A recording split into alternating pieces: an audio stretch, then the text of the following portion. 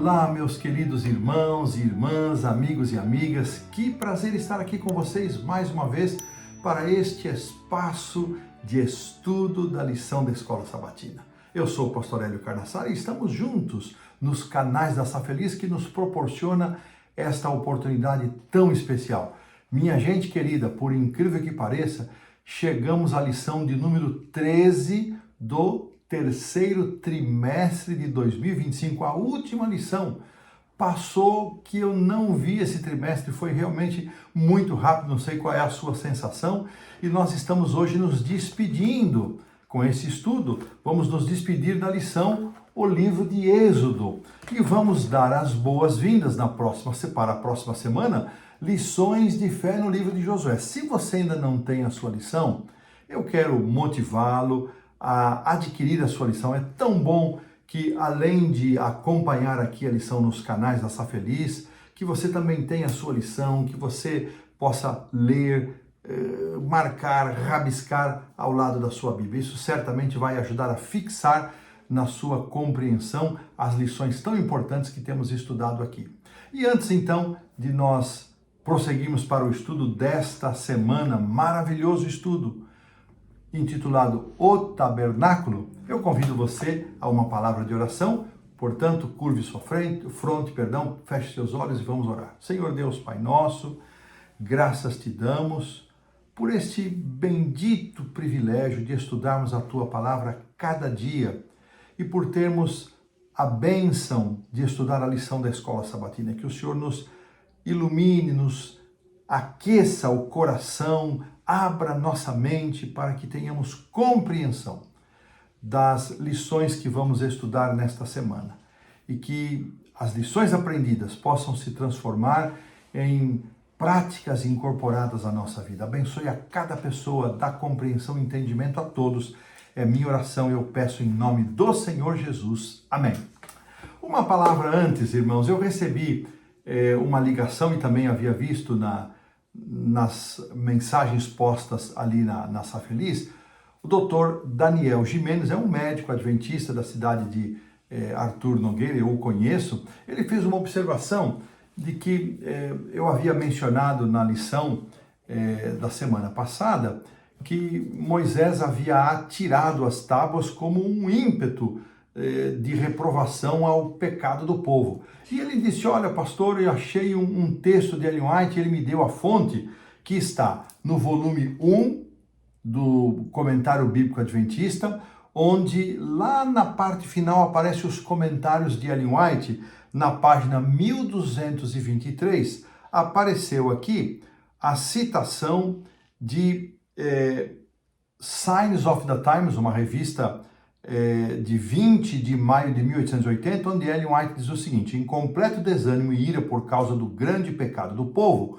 Moisés lançou ao chão as tábuas de pedra por instrução divina, para quebrá-las propositalmente diante do povo e assim mostrar que eles haviam quebrado a aliança tão recentemente feita com Deus. Eu achei muito interessante esta observação do Dr. Daniel, agradeço você, Dr. Daniel, e fica o registro que Deus é que orientou Moisés a fazer isso.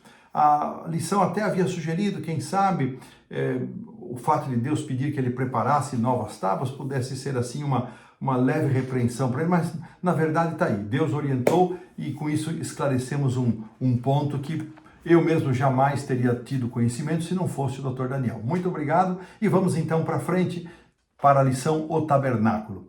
Texto para hoje, Êxodo 40, versos 34 e 38, e lemos assim: então a nuvem cobriu a tenda do encontro e a glória do Senhor encheu o tabernáculo.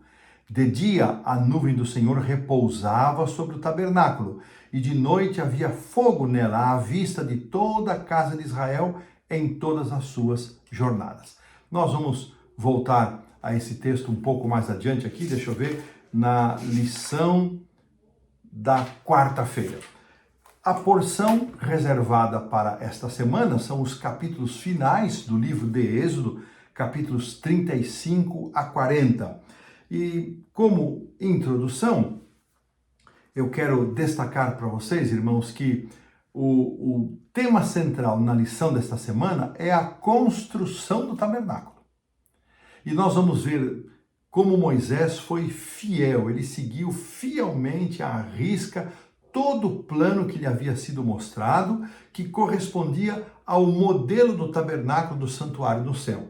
E em contrapartida, o outro destaque da lição, então, primeiro é a construção do tabernáculo, com a fidelidade de Moisés e a exatidão com que a construção aconteceu, e em contrapartida, a manifestação da aceitação divina, Deus manifestando a sua glória, é a outra parte bastante considerável desta lição, e a soma desses dois aspectos vão nortear todo o nosso estudo. O autor da lição, ele fez aqui alguns comentários que estão, de alguma maneira, conectados com a lição, e diz o seguinte: nossa principal missão é apresentar o verdadeiro caráter de Deus, bem como os seus atos amorosos e justos àqueles que estão ao nosso redor. Ele chama isso como sendo a principal tarefa do povo de Deus no Antigo Testamento: adorar a Deus, estar em comunhão com Ele, servi-lo e representar a Deus de forma mais positiva possível diante das nações que viviam ao redor ali do povo de Israel. Então, com estas considerações, nós colocamos um ponto final na lição do sábado à tarde. Avançamos então para a lição de domingo, onde vamos considerar o sábado do Senhor. Olha que interessante, essa será a terceira vez que no livro de Êxodo vai aparecer alguma coisa sobre o sábado após a entrega das 10 palavras, do decálogo, dos 10 mandamentos, como nós estamos acostumados a chamar. A primeira vez aparece em 23:12 do livro de Êxodo, a segunda em 31:12 a 17 do livro de Êxodo. E agora vamos considerar o capítulo 35, onde os 3 primeiros versículos vão falar sobre o sábado. Eu achei uma expressão tão linda, irmãos, no auxiliar do professor, e eu quero compartilhar com vocês. A expressão é o seguinte: o sábado é uma espécie de Deus conosco, lembrando-se do Emanuel, da presença de Deus, referindo-se a Jesus, ao nascimento de Jesus. O sábado, portanto, é um Deus conosco que promete que estará com o seu povo, aonde quer que o seu nome seja lembrado e adorado. Eu gostei tanto disso, nunca havia lido nem pensado nesse aspecto. O sábado é um Deus conosco, é o dia que Deus se propõe a passar conosco de uma forma especial, porque nós também nos propomos a dedicar este dia de forma especial para estar em relacionamento com Ele. Que lindo pensar que o sábado é um Deus conosco. O autor menciona aqui que o sábado e o santuário estavam ligados e eles apontam na mesma direção, ou seja, a presença de Deus em nossa vida. Olha que lindo, o santuário era uma representação da presença de Deus, o sábado também é. Então, sábado, santuário, ambos apontam na mesma direção. O sábado na igreja do Antigo Testamento possui aqui vários elementos. O autor destacou 5, eu vou mencioná-los. Primeiro, aponta para Deus como nosso Criador. Segundo, o sábado apontava, lá no Antigo Testamento, para a vinda do Messias. O sábado aponta para um Deus que vai estabelecer um reino eterno. O sábado também no Antigo Testamento apontava para a salvação que vem do Senhor. E por fim, e último ponto que ele destaca, o sábado também apontava para Deus como nosso juiz supremo. Eu encontrei aqui nas porções de Ellen White, na página 90, em Grande Conflito, também Testemunhos para a Igreja, volume 6, algumas coisas, algumas frases de Ellen White tão lindas sobre o sábado, e eu quero compartilhar com vocês. Então, ela começa aqui dizendo, primeiro, no livro O Grande Conflito: o fato de que Deus é o nosso Criador continua sendo o motivo pelo qual nós o adoramos. E enquanto isso permanecer, e claro, vai ser para sempre, o sábado permanecerá como um sinal e memória do Deus Criador. Olha que coisa interessante. Para muitos que questionam que o sábado é dos judeus, que o sábado só foi dado para os judeus, o sábado está intimamente ligado com a criação, com Deus Criador. A importância do sábado, diz Ellen White, como memorial da criação, consiste em manter sempre presente o verdadeiro motivo do culto a Deus. Porque Ele é o Criador e nós suas criaturas. E o sábado, ele está no próprio fundamento do culto divino. Olha que pensamento profundo, pois ele ensina essa grande verdade de maneira impressionante, como nenhuma outra instituição faz isso. O verdadeiro fundamento de todo culto a Deus é que ele se realiza de forma evidente com as diferenças entre o Criador e suas criaturas. E hoje, a criatura adora a criatura, ela cria o seu próprio Deus. Olha que coisa linda. E mais um pensamento, Deus deu como sinal do Criador o sábado, e é também não só um sinal da criação, como é também o sábado um sinal de santificação. Que profundo pensarmos nisso, não? O poder que criou todas as coisas é aquele que nos restaura a nossa vida à semelhança de Deus, à semelhança da santidade de Deus. Como nós precisamos de santidade, na verdade, irmãos, sermos santos. E achei muito bonito, lá no finalzinho da lição do domingo, nas letrinhas que aparecem, normalmente estão em itálico, dizem que, nos é dito ali que os judeus têm um ditado: mais do que Israel guardou o sábado guardou Israel. Eu fiquei pensando tanto nisso, mais do que o fato de Israel ter guardado o sábado guardou Israel. Irmãos, quanto que o sábado tem nos guardado e protegido? Em outros textos, Ellen White diz que, da mesma forma como o sábado foi um sinal para o povo de Deus ao longo dos séculos, ele será o sinal distintivo do povo de Deus nos últimos dias. E esta relação com Deus, de reconhecimento de Deus como Criador, o Deus como Libertador, o Deus como nosso Redentor, como nosso Santificador, o sábado torna-se um muro de proteção, nos guardando, nos livrando de pecar contra Deus, nos livrando de nos afastar de Deus. Que belo pensamento este, de saber que o sábado é um muro de proteção, é um muro de guarda. E desta maneira, colocamos um ponto final na lição do domingo. Avançamos para a segunda-feira, onde vamos considerar aqui, ainda no capítulo 35 e já avançando pelo 36, o título Ofertas e o Espírito. Estava pensando, irmãos, o povo deu com tanta generosidade, eles ganharam dos egípcios, Deus abriu o coração dos egípcios e muitos deles como que celebrando a saída dos hebreus lá do Egito, que já estavam cansados de tanto sofrimento, foram generosos, eles pediram e o povo deu. E estes produtos, e agora a gente vai ver aqui os produtos que foram usados, os materiais que foram usados no santuário, eles não tinham outro fim ali no deserto, não é? Tecidos, madeira, metais preciosos, ouro, prata, bronze. E nós já vimos tantas malvadezas e maldades desse povo de Israel, irmãos. E agora vemos um povo de coração generoso, de coração aberto para atender o pedido que foi feito e doar para a construção do tabernáculo. Irmãos, ninguém é de todo mal, ninguém é de todo bom. E nós precisamos entender isso e pedir que Deus nos ajude a ser cada dia melhores naquilo que nós já temos de virtudes, mas que também tenhamos compreensão das nossas falhas e defeitos para que elas sejam reparadas e sejam substituídas por virtudes.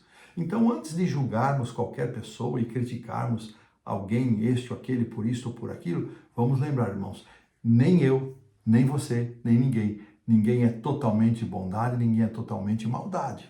Então, que Deus nos ajude a crescer na nossa experiência.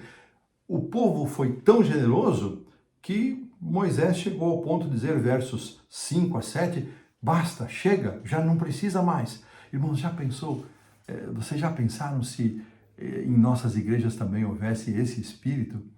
O povo doando, a ponto de olha, basta, chega, não tragam mais, não há onde guardar, já temos suficiente. Irmãos, Deus precisa fazer uma obra do nosso coração para que nós sejamos mais generosos, fiéis no dízimo, porque o dízimo, é 10%, ponto final, mas generosos nas ofertas, que é você quem decide. A Bíblia não diz se é 1, 2, 5, 10, 20, a Bíblia não diz. É você que estabelece um plano pessoal de ofertas com Deus. Sejamos generosos, irmãos, sejamos generosos. Quando nós devolvemos o dízimo fielmente e participamos de um plano sistemático de ofertas, no final das contas, nós só estamos dando daquilo que o Senhor tem nos dado abundantemente. E aí, na sequência, então, já dentro do capítulo 30, final do 35, iniciando o 36, nós vamos relembrar que, mais uma vez aqui, é mencionado Bezalel, é mencionado também Aholiabe, verso 30 do capítulo 35, verso 34, e aí nos diz o capítulo 36, verso 1, que eles trabalharam, assim trabalharam Bezalel e Aholiabe, todo homem hábil a quem o Senhor dera habilidade e inteligência para saberem fazer toda a obra. Então, trabalhou Bezalel, trabalhou Aholiabe e trabalharam todos os homens hábeis. Mas eu descobri uma coisa também. Olha aqui, ó, verso 25 do capítulo 35. Todas as mulheres hábeis traziam o que por suas próprias mãos tinham fiado, estofo, azul, púrpura, carmesim e linho fino. Verso 26. E todas as mulheres cujo coração as moveu em habilidade fiavam os pelos de cabra. Então veja, irmãos, homens e mulheres e homens foram dotados por Deus, foram aperfeiçoados nas suas habilidades. Isso aqui nos dá mais uma vez a oportunidade de reconhecer a diferença que há entre talentos naturais e dons espirituais. Tudo vem de Deus, irmãos, tudo aquilo que temos. Não nos esqueçamos, Tiago 1,17 diz que toda boa dádiva, todo dom perfeito vem lá do alto, descendo do Pai das luzes, em quem não há mudança nem sombra de variação. Então tudo provém de Deus. Se há virtude, se há habilidade, se há capacidade, se há competências, tudo vem de Deus. Talentos naturais são aquelas habilidades com que a pessoa tem, nasce ou mesmo desenvolve. Dons espirituais são dotações do Espírito Santo de Deus para serem usadas exclusivamente de forma dedicada em algum ministério no avanço da obra do Senhor. Então, dons espirituais se transformam em ministério, em serviço. Talentos naturais nem sempre estão dedicados a ministérios e à obra do Senhor. Vai depender de como a pessoa vai lidar com isso. Então, a lição chama a nossa atenção para a presença do Espírito Santo, habilitando. Então, além de Bezalel, Aholiabe, homens que já tinham talentos naturais, mulheres que já tinham habilidades, foram agora também abençoados com a presença do Espírito Santo de Deus, potencializando, desenvolvendo ainda mais as habilidades destas pessoas. E aqui é feita uma menção que o Senhor encheu a estes dois homens e outras pessoas deste Espírito. Ser cheio do Espírito Santo, irmãos, o que significa isso? Nós usamos muito essa expressão, ser cheios, que o Senhor nos encha do seu Santo Espírito. Primeiramente, significa que não somos nós que usamos o Espírito Santo, mas nós nos dispomos, nos entregamos, movidos já pelo próprio Espírito de Deus, nós nos apresentamos a Ele para que Ele nos use, para que Ele nos abençoe. É Ele quem controla a nossa vida e não somos nós que controlamos o Espírito Santo. Ser cheio do Espírito Santo é ser cheio de sabedoria, de conhecimento e dedicar as habilidades à obra de Deus, como já mencionamos. E isto seguramente vai ser aplicado no cumprimento da missão. Quando o Espírito do Senhor enche as pessoas, Ele as capacita a realizarem a sua obra no seu espírito, no seu modo, no seu poder. Que pensamento profundo. O Deus que habilita, o Deus que chama, é o Deus que capacita, é o Deus que cria as condições, é o Deus que cria as possibilidades para que o seu ministério e a sua obra sigam avante. Meu irmão, minha irmã, pelo menos um de nós, pelo menos todos nós temos um dom espiritual. Qual é o seu dom espiritual?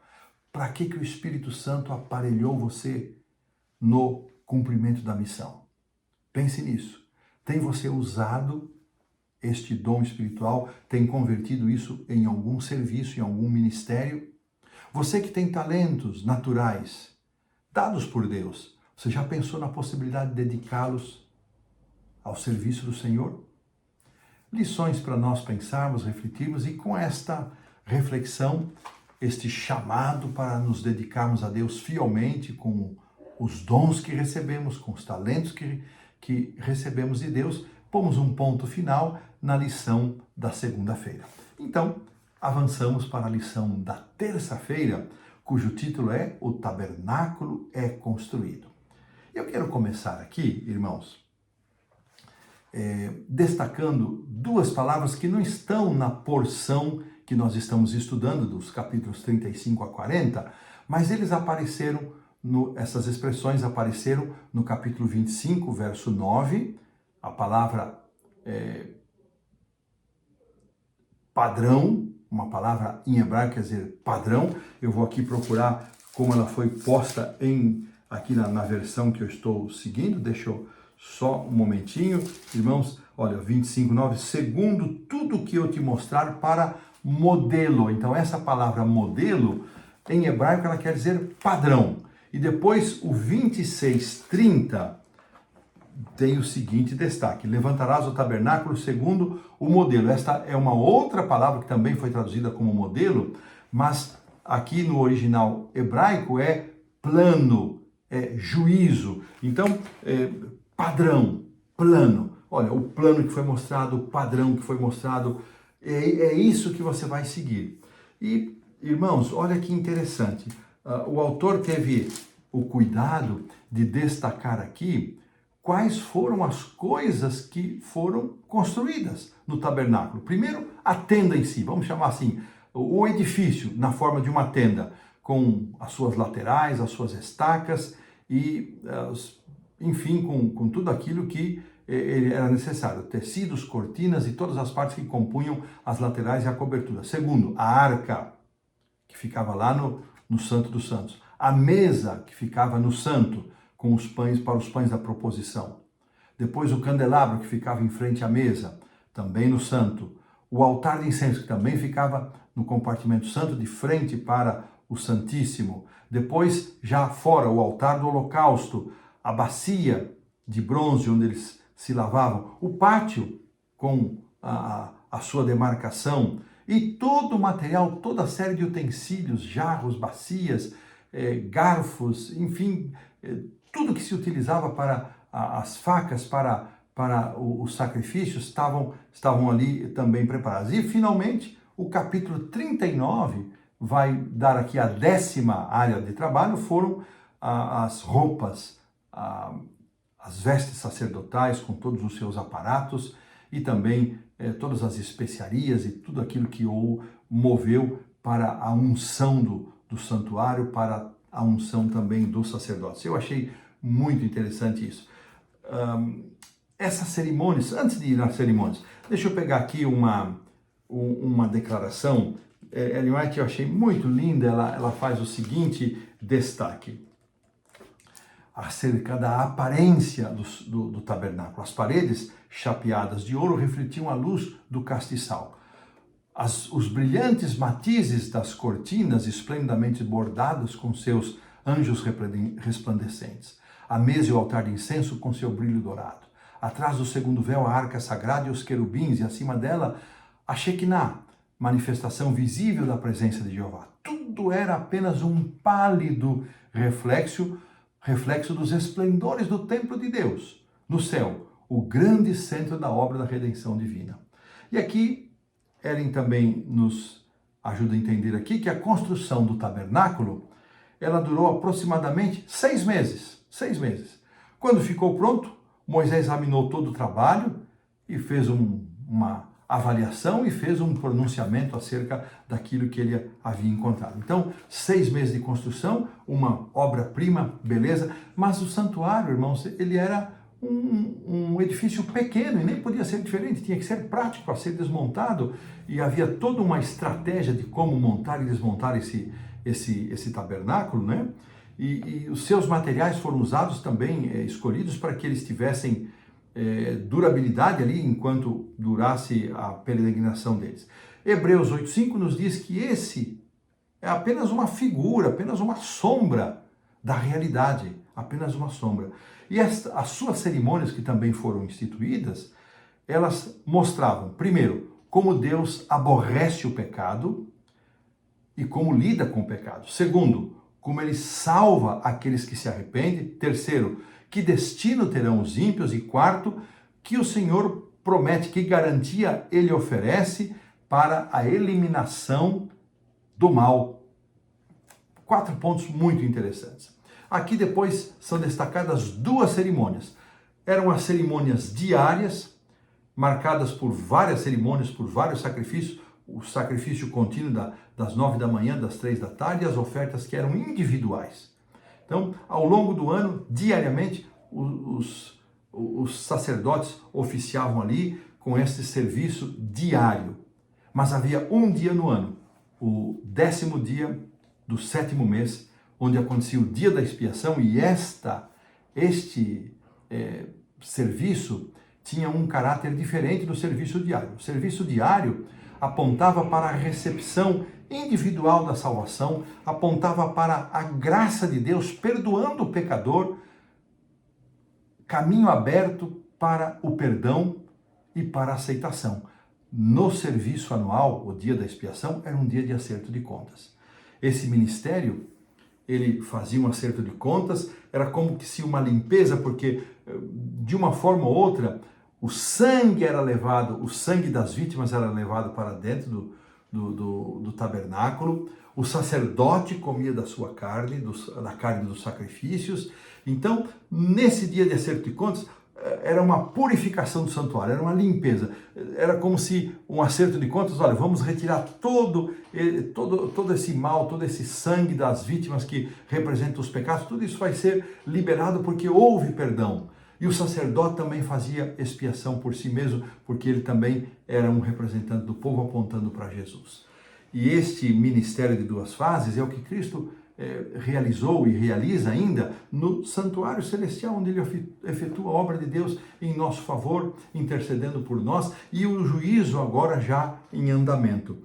E eu termino aqui essa lição da terça-feira dizendo o seguinte: o santuário era o lugar para adorar a Deus e render-lhe graças. Adorar é desenvolver um relacionamento com Deus que convida os crentes a desfrutar dessa comunhão. Adorar, vou repetir, é desenvolver um relacionamento com Deus que convida os crentes a desfrutar dessa comunhão. Irmãos, quero aqui finalizar deixando uma palavra de motivação para que onde quer que você resida, onde quer que você esteja, não deixe de frequentar a igreja. Compareça aos cultos, compareça às cerimônias conjuntas de adoração. Ah, Deus não aceita uma adoração feita em casa? Irmãos, não estou dizendo isso. Deus pode ser invocado, podemos nos comunicar com Deus a qualquer momento, de qualquer lugar, não é isso.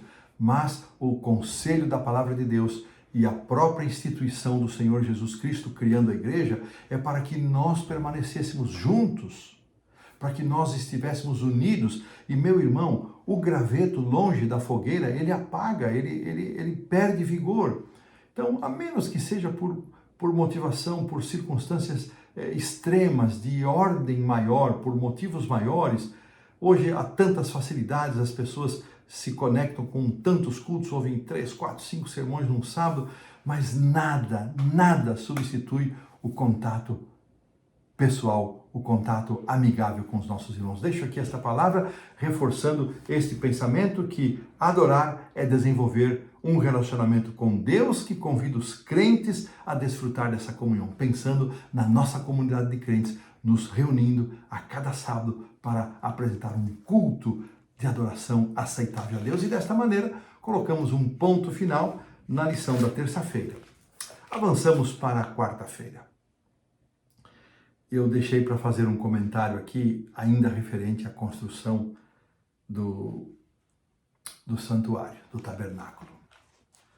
Nos é dito, porque ele está também na lição da quarta, que apenas em 3 ocasiões no Antigo Testamento encontraremos uma afirmação de que uma obra foi acabada. Primeira, vocês vão lembrar, criação.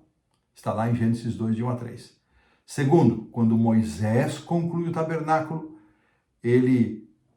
nos é registrado isso. Assim, Moisés acabou a sua obra. Capítulo 40, verso 33. E terceira referência, posterior a Moisés, quando Salomão terminou a construção do templo, registrado ali em 1º livro de Reis, capítulo 7, verso 51. Interessante, irmãos, que a exatidão, a perfeição com que Moisés conduziu, liderou, supervisionou e acompanhou a construção do tabernáculo é algo impressionante. E aqui nos diz, irmãos, que no capítulo 40, que é o capítulo da quarta-feira, que nós vamos ver como Deus respondeu, como Deus reagiu à dedicação do tabernáculo. Esse capítulo, ele descreve a obra de dedicação e o autor destaca que esta dedicação foi o ponto alto da jornada de Israel no Sinai.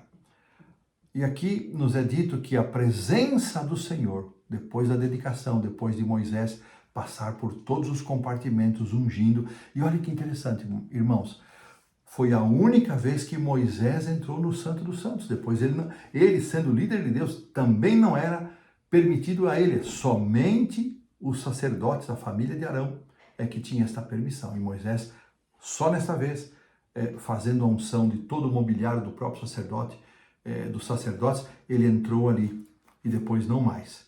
A presença do Senhor se manifestou na forma de uma nuvem e a glória da Shekinah, a manifestação visível da presença de Deus. Interessante que o livro de Êxodo conclui, olha que lindo isso, destacando a presença orientadora de Deus na nuvem durante o dia e na coluna de fogo durante a noite. Então, é desta maneira, com este pensamento, que o livro de Êxodo vai terminar, com a convicção da presença de Deus acompanhando o seu povo. De modo real e poderoso, os hebreus, diz aqui o Dr. Hiri, eles deveriam experimentar não apenas a realidade de Deus, mas também espiritual, mas a sua presença visível, a presença visível de Deus, permanentemente guiando aquele povo na sua trajetória.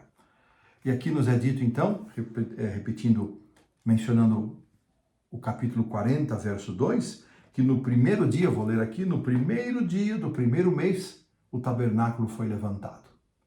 O tabernáculo da tenda da congregação, pois porás nele, aí Deus vai dando todas as instruções, todo o mobiliário e as vestes dos sacerdotes. E aí eu vou pedir que a produção coloque o 40:16.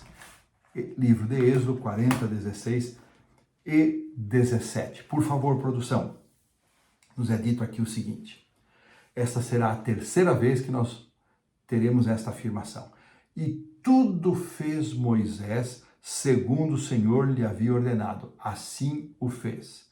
No primeiro mês do segundo ano, no primeiro dia do mês, se levantou o tabernáculo. Então, já mencionei, ao longo de 6 meses, eles construíram o tabernáculo, e aí, no primeiro mês do segundo ano, no primeiro dia do mês, o tabernáculo foi levantado. Os outros textos que aparecem que Moisés fez segundo aquilo que o Senhor havia ordenado estão no capítulo 39, verso 32 e no capítulo 39, verso 42. E aqui a terceira vez que Moisés fez segundo o Senhor havia ordenado. Que coisa impressionante, irmãos. Nós não podemos brincar com as ordenanças do Senhor. Querer jogar com Deus, que Deus é misericordioso, Deus é bondoso. Não, Deus não vai me abandonar, não vai me deixar de fora só por causa de... Irmãos, isso não é o raciocínio. Esse não é o pensamento. Esse é um engano, é um engodo. Não somos salvos pelas obras, não é justificação por obras, mas a resposta de obediência motivada pelo Espírito de Deus, fortalecida pela graça do Senhor Jesus, precisa ser vista na nossa vida, uma vida de obediência aos princípios e aos mandamentos do Senhor. Aqui, terminando a lição da quarta-feira, indo para o final, o autor destaca que há uma conexão entre criação e santuário, apontando para uma dimensão cósmica, para um futuro, algo lá na frente, quando o Senhor habitará com os redimidos na Nova Jerusalém, que nós voltaremos aqui já já a esse ponto. E eu quero trazer aqui, irmãos, um destaque mais para essa manifestação visível da presença de Deus. Eu tenho para mim que Deus, entendendo que aquele povo estava acostumado com um sistema idólatra, onde todos os deuses eram produto da mão do ser humano, mas eram visíveis. Deus então escolheu manifestar-se desta maneira para mostrar àquele povo que ele também era um Deus vivo, real, muito superior aos deuses do Egito, e ele estava ali sim, acompanhando o povo, caminhando com o povo, na coluna de nuvem, na coluna de fogo. Interessante, irmãos. Vamos pôr aqui, produção, por favor, o último verso do capítulo 40, verso 38, que destaca esse aspecto. Diz assim, 40, 38. De dia a nuvem do Senhor repousava sobre o tabernáculo, e de noite havia fogo nela, à vista de toda a casa de Israel, em todas as suas jornadas. Imagine, irmãos, por 40 anos, Deus esteve ali com esse povo, nas suas jornadas. 40 anos. E a glória do Senhor se manifestando como um sinal da sua aceitação, como um sinal do seu amor e do seu prazer pelo povo da sua aliança. Deus hoje demonstra sinais de aceitação para nós hoje? Demonstra, irmãos. Deus demonstra. De que forma? Nas bênçãos que Ele derrama sobre nossa vida. Quantas bênçãos recebemos? Como somos abençoados pelo estudo da palavra, por um sermão, por um canto, por um hino. Há muitas manifestações visíveis do amor, do cuidado, da misericórdia e da graça de Deus. Estejamos abertos, queridos, a receber estas múltiplas manifestações do amor de Deus, e desta maneira colocamos um ponto final na lição da quarta-feira. Avançamos então para a lição da quinta-feira, onde o autor, já encerrado o capítulo 40 do livro de Êxodo, ele faz duas aplicações muito apropriadas. A primeira, e a lição tem como título da quinta, Jesus fez sua tenda com a humanidade. E ele vai colocar, vou pedir para a produção, por favor, eu vou procurar aqui também, o João 1,14, que verso abençoadamente maravilhoso. Vamos ler juntos. Evangelho de João, capítulo 1, versículo 14. Diz assim, e o verbo se fez carne e habitou entre nós, cheio de graça e de verdade. Vimos a sua glória, glória como do unigênito do Pai. E aqui as considerações são as seguintes. O apóstolo João afirma que Cristo, ao tomar para si um corpo humano, ele veio habitar conosco de uma forma concreta, real. Ao se tornar carne, Jesus se assemelhou ao que havia acontecido lá no Antigo Testamento, quando ele habitou com os israelitas no tabernáculo do Sinai e no deserto enquanto viajavam. E aqui, irmãos, olha que pensamento interessante. No segundo parágrafo da lição da quinta, durante a sua encarnação, Jesus armou seu tabernáculo com a humanidade. Que privilégio indescritível. Se fôssemos aqui uma comunidade de desbravadores e aventureiros, eles iam dizer, Jesus acampou com o povo de Israel. E é verdade, e como eu amo essa gente de lenço, desbravadores e aventureiros, meu abraço a todos vocês. O Deus eterno desceu até nós como um de nós, para nos garantir que realmente Ele é Emanuel, Deus conosco. Em Mateus 18, 20, Jesus disse que quando 2 ou 3 estivessem reunidos em seu nome, Ele também estaria aí no meio deles. Irmãos, que mensagem preciosa. Cristo está com seu povo por meio da presença do Espírito Santo. Cristo está comigo, está com você, e Ele prometeu lá em Mateus 28, 20, estarei convosco todos os dias, até a consumação dos séculos. Você tem sentido a presença de Deus ao seu lado? Às vezes, quando enfrentamos lutas, provações, dificuldades, perdas, sofrimento, a tentação que chega até nós é achar que Deus não está conosco. Onde está Deus? Muitas vezes clamamos em desespero. Irmãos, não caiamos nesta tentação. Deus está conosco. Deus prometeu e Ele é fiel e vai cumprir. E então, o pensamento final que o autor coloca aqui vai para Apocalipse 21. Vou pedir para a produção também reproduzir aqui os versos 1 a 3 do livro do Apocalipse. Que conexão linda para terminar o estudo da lição desta semana e deste trimestre. E eu leio assim: Vi novo céu e nova terra, pois o primeiro céu e a primeira terra passaram e o mar já não existe. Vi também a cidade santa, a Nova Jerusalém, que descia do céu da parte de Deus, ataviada como noiva adornada para o seu esposo. Então ouvi grande voz vinda do trono, dizendo: Eis o tabernáculo de Deus com os homens. Deus habitará com eles. Eles serão povos de Deus e Deus mesmo estará com eles. Que coisa maravilhosa, que declaração fantástica. Aqui o autor então vai nos ajudar a entender isso. A Nova Jerusalém desce do céu. João ouve uma voz: Eis o tabernáculo de Deus. Eles serão povos de Deus. Mas, curiosamente, irmãos, no verso 22 aqui do mesmo capítulo 21, João registra que na cidade não há templo. Ora, se o verso 3 diz que estava ali o tabernáculo, mas aqui não há templo, então o que significa isso? Deus é o tabernáculo. Deus é o tabernáculo. O comprimento, a largura, a altura da cidade são iguais, assim como acontecia ali no lugar santíssimo. Olha que interessante.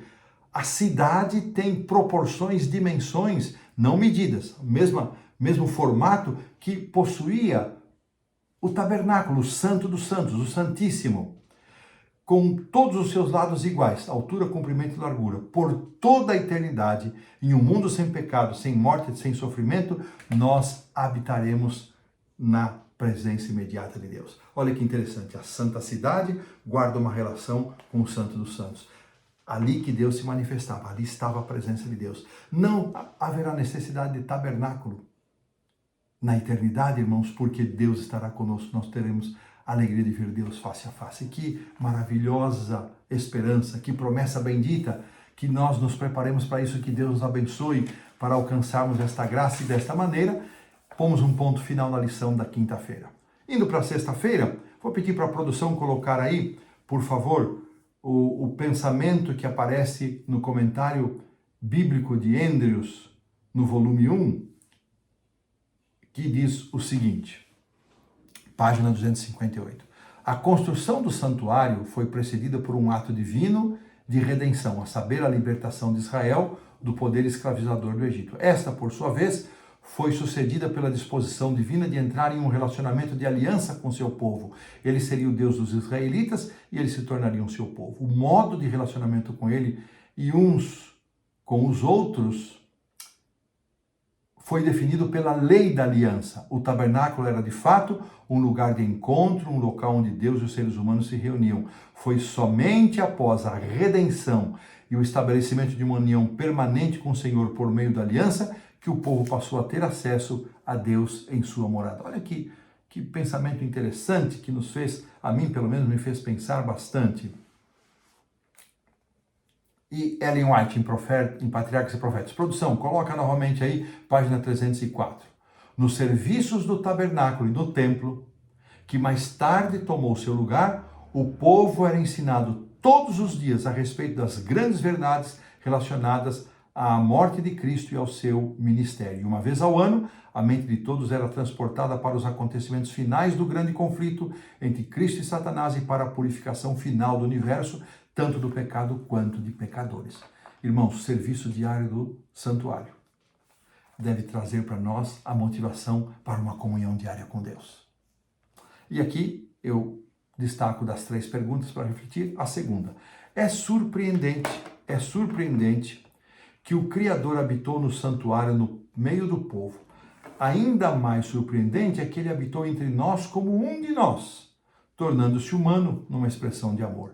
Mas Deus fez muito mais, ofereceu-se como sacrifício pelo pecado, morrendo por nós. o que isso nos ensina sobre o caráter de Deus e o seu desejo de nos salvar? Para a gente refletir. Queridos irmãos, muito obrigado por vocês acompanharem a Sá Feliz mais esse trimestre. Muito obrigado por toda a palavra generosa, bondosa que vocês registraram para comigo, pelos pedidos de oração, pelas reflexões que vocês fizeram. Louvo a Deus por mais esse trimestre, por mais esta lição, e não há forma melhor de terminar esse trimestre do que convidando todos para uma oração. Senhor Deus, Pai bendito, graças, bom Pai, por este privilégio tão maravilhoso que tivemos de estudar o livro de Êxodo. Quanto aprendizado, quanta inspiração para nós. Que o Senhor nos abençoe a vivermos, a pormos em prática as lições tão preciosas que aprendemos e que a Tua graça salvadora, que a Tua presença conosco, assim como o último versículo do livro de Êxodo, relatando a nuvem de dia, a coluna de fogo de noite, que a promessa do Senhor Jesus de estar conosco todos os dias até a consumação dos séculos se cumpra na nossa vida. Eu te peço em nome do Senhor Jesus, hoje e sempre. Amém. Um forte abraço, que Deus nos abençoe, até o próximo trimestre, até a próxima lição. Fiquem com Deus.